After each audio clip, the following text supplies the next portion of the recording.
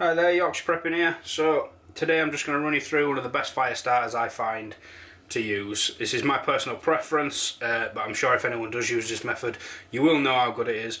All you're going to need is cotton wool balls, a sandwich bag, and some petroleum jelly, which essentially is just Vaseline. And the method is very simple. Essentially, what we're going to do is take your bag, we're going to put Vaseline and cotton balls in and just mix it all together. Once you've mixed it all together, these are not too bad fire starters on their own, but when you've got them coated in this stuff, they just burn a hell of a lot longer. And we will show you in a demonstration once I've made this batch. So all we're going to do is just take a few of them. I'm just going to dot them in. That'll do.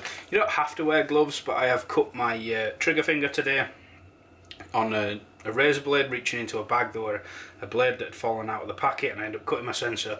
I don't want to get Vaseline inside it, and it's cleaner as well. This stuff, you really got to get some hot water on your hands to get it off once you have got it on there. So like I said, just get a few more cotton balls in there. I think that's more than enough.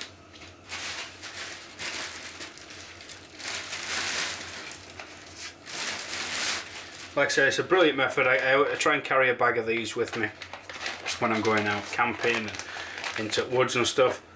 Just makes life easy. So it's very simple. Just get your hand. I mean, this tub's not the biggest. You can get a spoon if you really want. Just get the jelly, put it in there. I'm going to get some more out. I've not got much left in this tub, so I'll just get it all out. Get it in there. It's going to make a bit of a mess, and you can always transfer bags. Once you've done, just use this one as a mixing bag. As you say, I've got it on the outside there. Doesn't make much of a difference. You can use petroleum jelly for many things while you're out in woods, but I tend to just do it like this.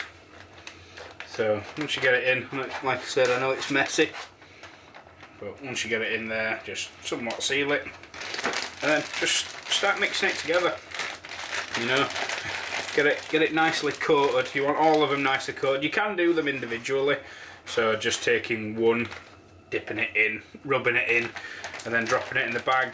But I tend to just mix them like this. I just find it easier just to get them all done in kind of one shot. So get your hands in there, just get a mixture. You don't want to separate them. Really rub it in so you're not left with big clumps of it. The jelly is spread all over the things, like I say. And then if you get two sandwich bags, just one for storing and one for mixing. Like I say, you don't have to mix in the bag. It's just something I've always done. So let's go in there. Yeah, just keep mixing till they've got like a nice somewhat coating over them. And like you can see why I want to wear gloves as well. Very, very slimy right now. But yeah, they're looking brilliant. It doesn't take long at all. Just get your hands in there, get them all mixed in. Just want to have a nice bit stuck on there. These will take a spark very easily and just burn a lot longer. Like I said, we'll do a time comparison soon once we've got these mixed, and you can see how long an uncoated one lasts against a coated one. I mean, you can really lather these up. I don't tend to really feel it's necessary. I feel that once you've got a little bit on, and if you can see in there, just got a little bit on each one, so it's nice and coated. It will just take a spark and it'll burn long enough for you to get your fire going. If you can't get your fire going with one of these, then maybe you need some more training or lessons in fire starting. It's all about preparation really, is fire starting. So getting all your wood ready rather than trying to light the fire, then going to find wood and breaking it all down while it's burning. Everything seemed a bit rushed if you do that. where if you break all your wood down first, which I will go through in a future video, get everything ready, it just makes your life a lot easier. So that's all nice and mixed, so I'll get it all transferred into another bag, and then I will see you outside where we will do a side-by-side comparison. Right then guys, we're outside, so I'm just going to do a quick comparison side by side. So this one here is the standard cotton ball, and this one here is the one that's been soaked in petroleum jelly. So when you're lighting them, you just want to rip it open a little bit, so expose the inside. It'll light a bit quicker. In this instance I am going to light it with a lighter, but as you have seen, it will take a spark from a rod. So let's go and we'll see the difference on burn times.